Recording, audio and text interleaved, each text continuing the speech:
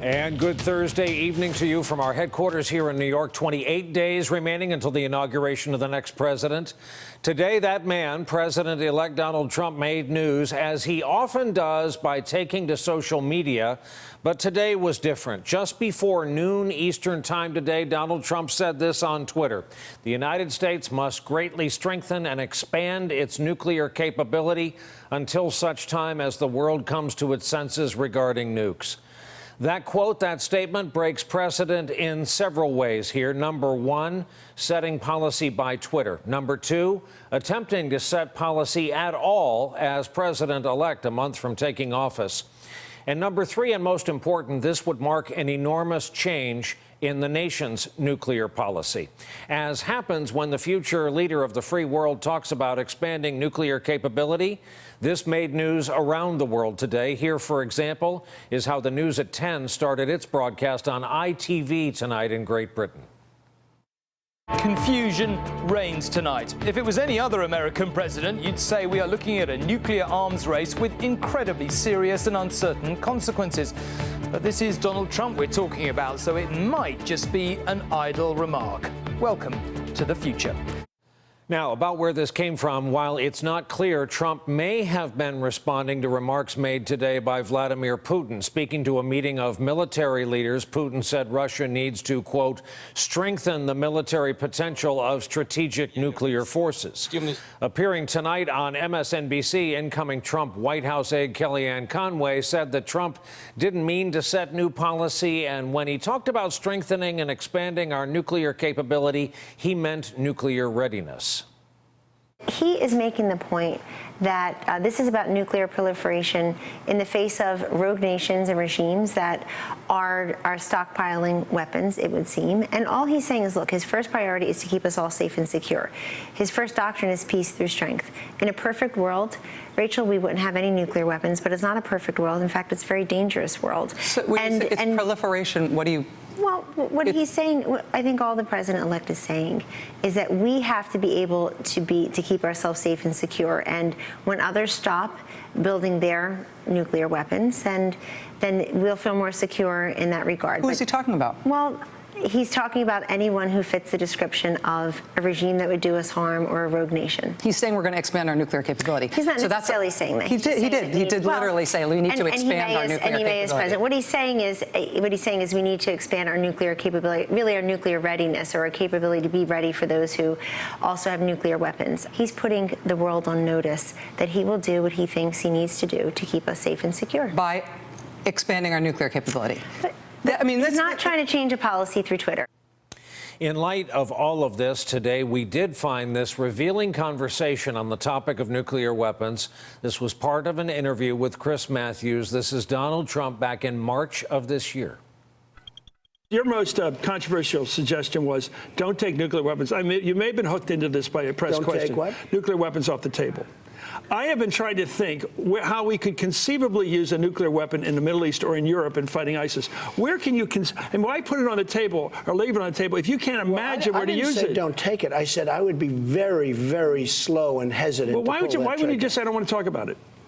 I don't want to talk about nuclear weapons. Presidents don't talk about use of nuclear weapons. The question was asked. We're talking about NATO, which, by the way, I say is obsolete. But you got hooked into something you shouldn't have talked about. I think, well, someday maybe. Maybe? Of course. If somebody hits us, where would we drop a nuclear weapon in the Middle East? Let me explain. Somebody hits us with a nuke. ISIS. You wouldn't fight back with a nuke? No, to drop a nuclear weapon into a community of people. But you can't say. First of all, you don't want to say take everything off the table. No, just you're nuclear. A bad negotiator if you do that. Just nuclear. Look, nuclear should be off the table. But would there be a time when it could be used? Possibly. Okay, the trouble is when you said that, the whole world heard. David Cameron in Britain heard it. The Japanese, where we bombed them in 45, heard it. They're hearing a guy running for president of the United States talking of maybe using nuclear weapons. Nobody wants to hear that about an American president. Why are we making them? Why do we make them? We have because of the old mutual assured destruction, which Reagan hated. Just and tried to get rid of. I was against Iraq. I'd be the last one to use the nuclear weapons. So can you take it off the table now? That's sort of like the end of the ball game. Can you tell the Middle East we're not using a nuclear weapon? I would never say that. I would never take any of my cards off the table. How about Europe? We won't use it in Europe. Europe. I'm not going to take it off the table. You might use it in Europe? No, I don't think so. But well, I'm not just taking, say it. I'll never use a nuclear weapon in Europe. I am not taking cards off the table. I'm not going to use nukes, but I'm not taking any cards off the table. The trouble is that the sane people hear you, and the insane people are not affected by your threats. That's the trouble. The real fanatics say, good, keep it up. I think they're more affected than you might think. Okay, your call. Donald Trump with Chris Matthews in March of this year. Let's bring in our guest to start the conversation and listen to the titles of the 3 books our lead guest tonight has written. Nuclear Nightmares, Securing the World Before It's Too Late, Bomb Scare, The History and Future of Nuclear Weapons, and Deadly Arsenals, Nuclear, Biological, and Chemical Threats. Joe Cirincione, a veteran of the House Armed Services staff. He is with the Global Security Foundation these days and teaches at Georgetown as well. And with him here tonight, our chief foreign affairs correspondent, Andrea Mitchell. Andrea, from a news standpoint, we'll begin with you to tell us how much of a big deal was this today? Well, it's hard to say.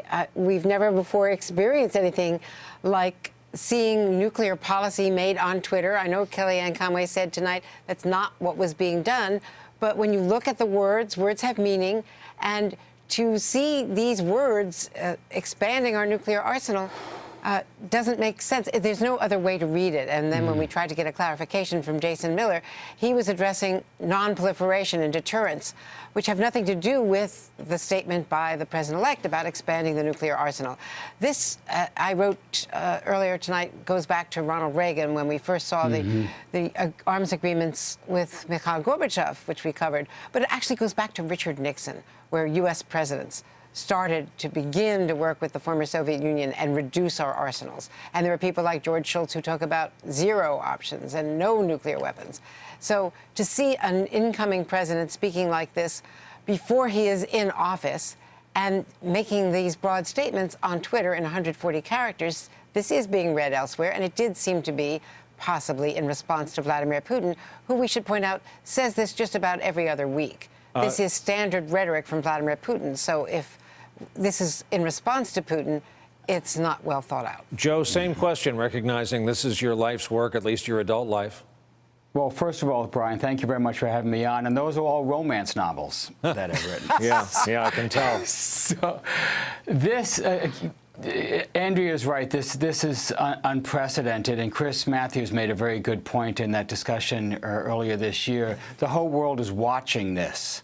It may just be a tweet from an apartment in New York, but everybody is listening to this, and it comes in the context of what Donald Trump has done over the last couple of months. He's shaken faith in the NATO alliance, questioning whether the U.S. would fulfill its security pledges to our NATO allies. He seems to be starting a trade war with China.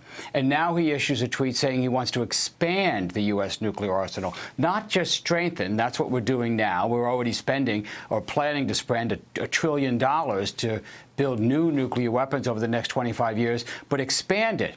As Andrea just pointed out, since Richard Nixon, who capped our nuclear arsenals with the Russians for the first time, every president has worked to decrease those arsenals. Ronald Reagan cut the arsenal in half. H.W. Bush cut it in half. W. Bush cut the arsenal in half. He appears to be reversing decades of Republican and Democratic administrations in this news policy. And the explanations his staff are giving out, I listened to the Conway interview on Rachel Maddow. It doesn't make sense. If she's talking about rogue nations stockpiling weapons, we just stopped Iran's program. That's frozen for a good 15 years. There's only one left, North Korea. They have maybe 10. We have 5,000 in our active stockpile. So the explanation they're offering doesn't make any sense. So it's thrown, as the British reporter said, the world into confusion. What is going on with America? And Andrea, you've both invoked Ronald Reagan, who rather famously said, and I'll paraphrase, the only reason to have these is to make sure you never use these. No, exactly. And, you know, Ronald Reagan came to this not as rapidly as some would have wanted, Nancy Reagan had a lot to do with that, with the meetings with Gorbachev. I remember, you know this, Brian, when we asked why he had not met with 3 previous Soviet leaders when he was planning to meet Gorbachev for the first nuclear summit in 1985, he said, well, they all keep dying on me. They were elderly. This was a young 50-something Gorbachev, and he was the first person who could actually begin to do a deal. And there were ups and downs in Reykjavik and you know, setbacks. But the fact is there has been a steady progression, as Joe just pointed out, towards reducing these weapons. We already have arguably too many, and modernizing them is still debatable whether they should be as high-tech and miniaturized as they're now going to be. But this just didn't make sense.